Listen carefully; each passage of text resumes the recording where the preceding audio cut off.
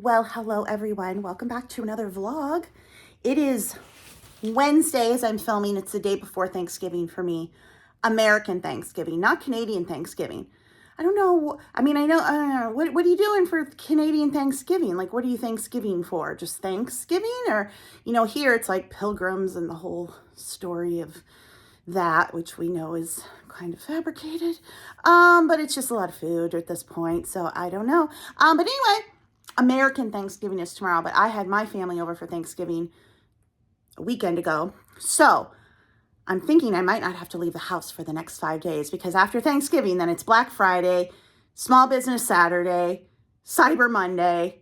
Well, Cyber Monday's online, so I could leave the house then. But anyway, it's just a busy shopping time. Not like it used to be. Remember when Black Friday was, you got up at the butt crack of dawn? I never did it, but other people did. Got up at the butt crack of dawn, waited in line at the stores for hours to be let in, to run in. It's not that way since COVID, but lots of online shopping deals. Although, yeah, they've started Black Friday literally at the beginning of November now, so it's all the time. Everything's on sale all the time, which just means they jack up the price and then put it on sale.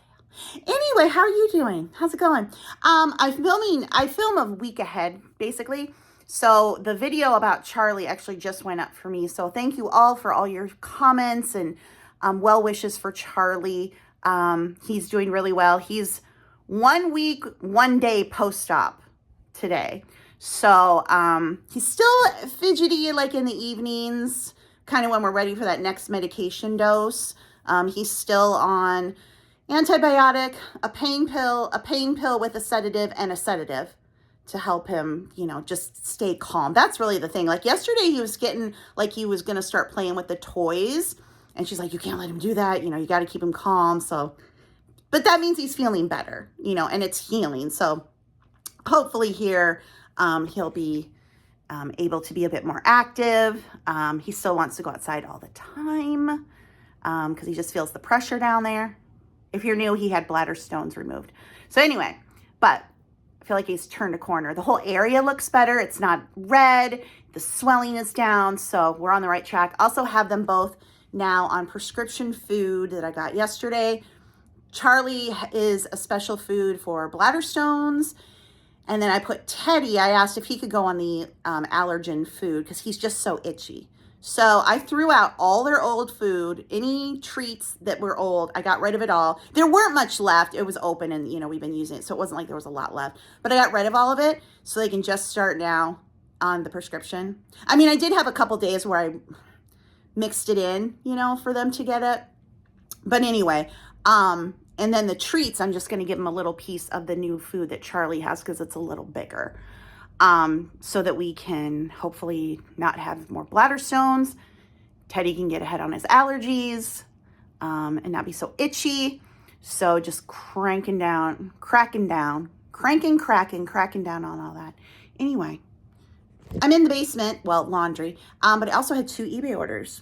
So I'll go pull those and show you what's sold. Right now, I think everything's 50% off now this week. I'm going 5% off every week up until Christmas when it'll be 80 the week of, after Christmas to the new year, it'll be 80% off because I want to clear as much out as I can before probably taking what's left to the consignment store and then just kind of starting fresh in the new year. I'm not going to be actively sourcing, but if I happen to be somewhere and I find something that I know would sell, I can get it, if that makes sense. And I'll talk a little bit more about my 2025 business goals. I guess I could do that in this video because I don't know what else I'm going to talk about. But after we get these eBay orders done and I do laundry, I'll share with you kind of my plans for 2025 in terms of business. So it's actually 2 things to the same customer. They bought this little lot of little vintage McDonald's things. We've got a scarf, a hat. This goes to a toy, Frisbee, the stencils, cookie cutter combs. And then they also bought this pewter chain. What did I say this was? Vintage Southwestern Phoenix Thunderbird turquoise chain belt pendants pewter. That's what's the title. Because on eBay, it's all about keywords. There are these online that are silver. This is not silver. But it's still really cool. It has all these pendants. So anyway, they purchased that together. Again, everything's 45% off this week. My bad. Everything's 45% off, so they spent $30.23 on all of this, and they also paid shipping. Well, hi, Charlie. You were just sleeping so soundly, but now you've woken up. Huh? You feeling okay? You still kind of drowsy? Maybe he'll come over here. There's Teddy. I just keep a blanket under here on this desk. Teddy loves being under here. Charlie, he wants to be on my lap, but I'm hoping he'll kind of lay down. You can see Teddy constantly licking his foot. That's why I've switched his food, because he's just itchy. Charlie's hair, where they had the sensors on him, I think, during surgery, monitors. Had to shave that, so. Hi. Oh, do you want to go outside? Is that why you woke up? Outside? Okay. I guess we're going outside. Actually really nice again today. I mean, it's cold. Oh, sorry. Don't need to watch. Charlie going to the bathroom. Need a jacket if I'm going to stand out here for a while, but just to stand in the door, okay. Nice and sunny. I thought we were going to be getting some snow here, but we shall see. What you gonna do, Teddy? You go too? But otherwise, I have the patio furniture. I should take that umbrella down. I should do that. Am I going to? We'll think about it. It's a couple hours later. I just gave Charlie his next round of meds. A painkiller with a sedative and a sedative. So hopefully that'll settle him down. He's very agitated. Right now the door is open just so he can keep going outside because he just wants to keep going. I feel like he needs to go to the bathroom. So hopefully the meds here will settle him down, make him more comfortable. Almost out of one of the pain meds. So then he'll be down to 3 pills that he can take every 8 hours. So I have to put it down his throat now, but he's clever. He's clever. He's figured out if I do that, then he gets a nice big treat afterwards to wash it down. So he's very cooperative in me putting the pill down his throat now. And then he looks at me like, and? So yeah, it's difficult because he needs to lose some pounds. But considering that he is getting more food than normal because he has to take the pills with the food. But anyway, once we get past all of this and we only have the food that they're taking, hopefully we can get a little better grip on that because they both gained weight here since this whole thing started because then Teddy's getting it. But we got to deal with the biggest problem first, which is recovering from the surgery. So anyway, I picked up these, if you saw my last video, I was doing stocking stuffer shopping at Dollar Tree. These are all over TikTok. They're a dupe for a more expensive hand sanitizer. The one store I went into 2, they had these by the register and they only had 4. And I got some for my nieces, they're stocking, but I thought I'd try this one. This one's cucumber mint.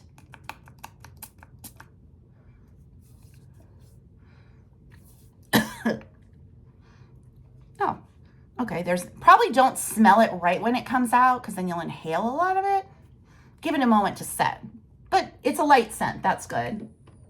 Then they had, these are pens. And this one is lemon. Oh, okay. I took the whole thing off. Apparently you just pull the, okay. Well, I've spilled it all over everything, so my desk will be sanitized now. That's great. Anyway. Ooh, that's a nice lemon scent. So these are nice. And then same thing, like they had the bottles and then the pens. So there were 3 cents. And this one, and I think both my stores had these that I went into. I like spray hand sanitizer better than I do the gel goopy stuff. I don't know. I feel like you're just spraying it on. You can also kind of spray it around onto things like a disinfectant. Of course, this one has a plastic coating on it, or oh, come on. You know, you get to the age now when apparently the childproofing is too much for you and you need the senior proofing. I don't know if they make those anymore. They used to make bottles that like were supposed to be easier to open for seniors that weren't the child-proof ones. There we go. This is watermelon. So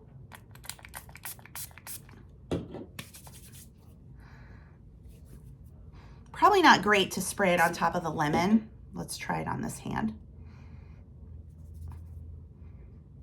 Oh, I smell the alcohol more than anything, but that's okay because that's what kills the germs. But I've been using one from Bath & Body Works I've had in my car forever. So I'm kind of excited to have those when I'm out and about. So now that we've hand tested the Dollar Tree hand sanitizers, I told you I would talk about my business plans for 2025.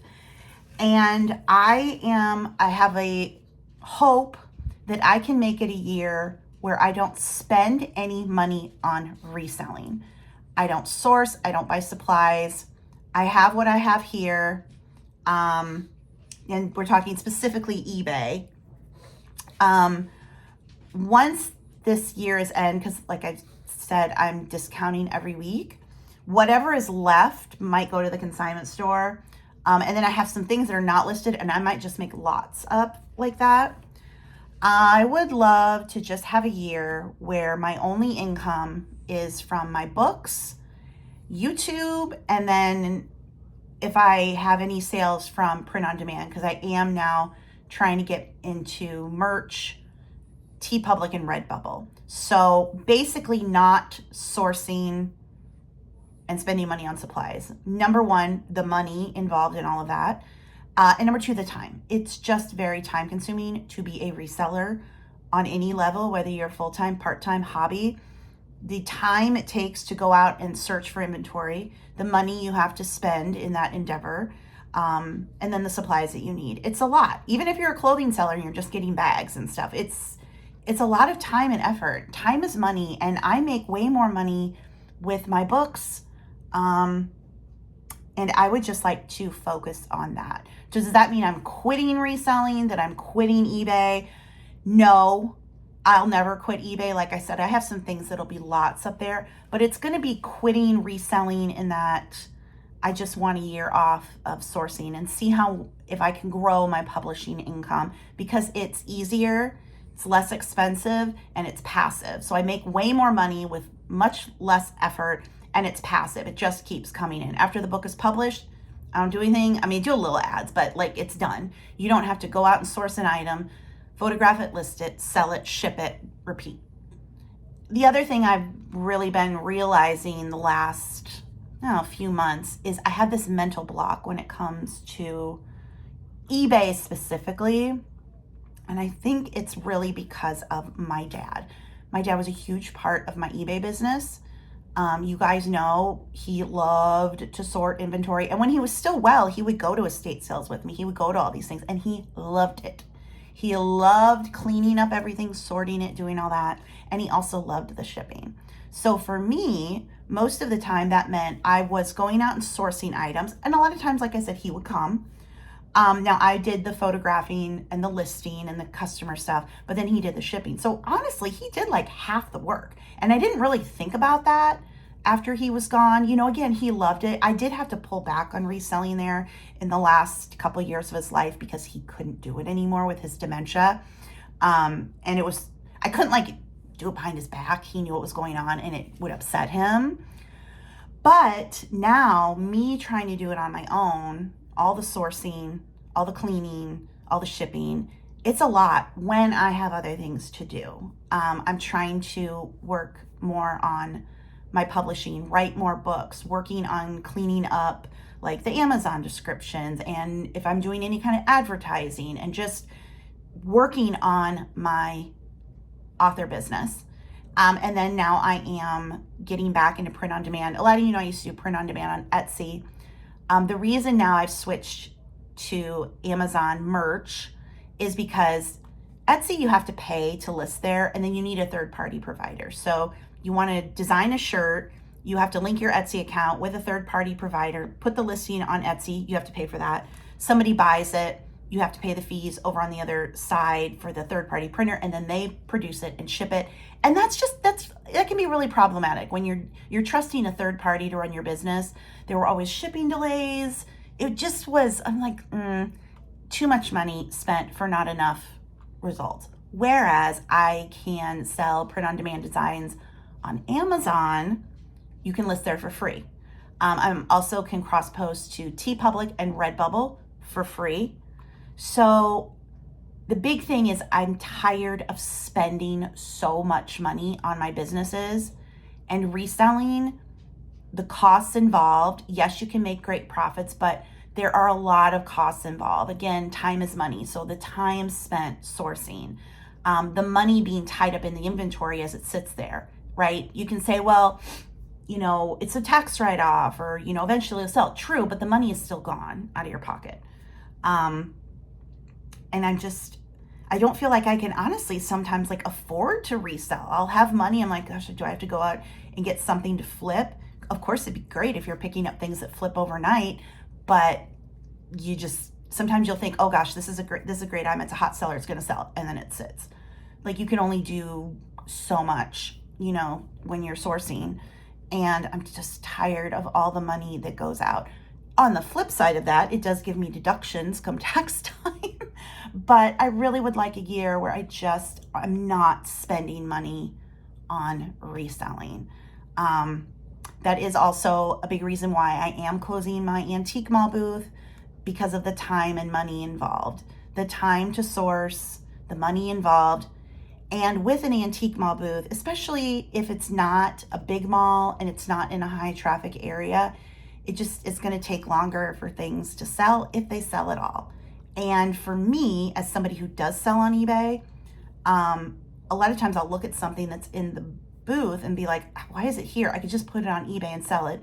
Or I could take it to the consignment store where things sell super fast. And because I did buy a lot in bulk and kept my cost of goods down in that respect, it's still money tied up, and it's still stuff that's sitting there, which is the other thing. And it's all the stuff, all the inventory, all the supplies. I am really working on downsizing, decluttering. I've gotten rid of so much stuff, but the reselling stuff, it's everywhere. Even though at this point I have 60 listings on eBay, and I have stuff at the booth, I've got unlisted inventory that I'm waiting to take to the consignment store. I have shipping supplies everywhere, and I just can't. I need a break.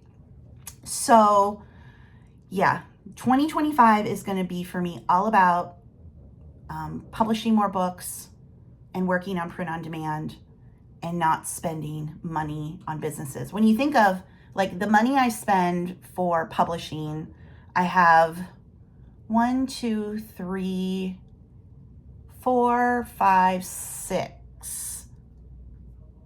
subscriptions, 7 that I pay for, like Grammarly Pro, Canva Pro, different graphics and things, but they're pretty low cost. I mean, I'm spending, I would guess, when I look at all of the subscriptions and programs and I belong to the Author Alliance and the ISBNs that I pay for. When I look at all of that, it's probably $1,000 a year for all of those expenses when it comes to my books. Now that doesn't include advertising, which is several thousand, but my return on investment, if I sell a Kindle book, I make 70%. If I sell a paperback, I make 60%, versus eBay, where after everything is said and done, the margins aren't there, plus all the time and the effort, and just honestly feeling sad that my dad's not here doing it.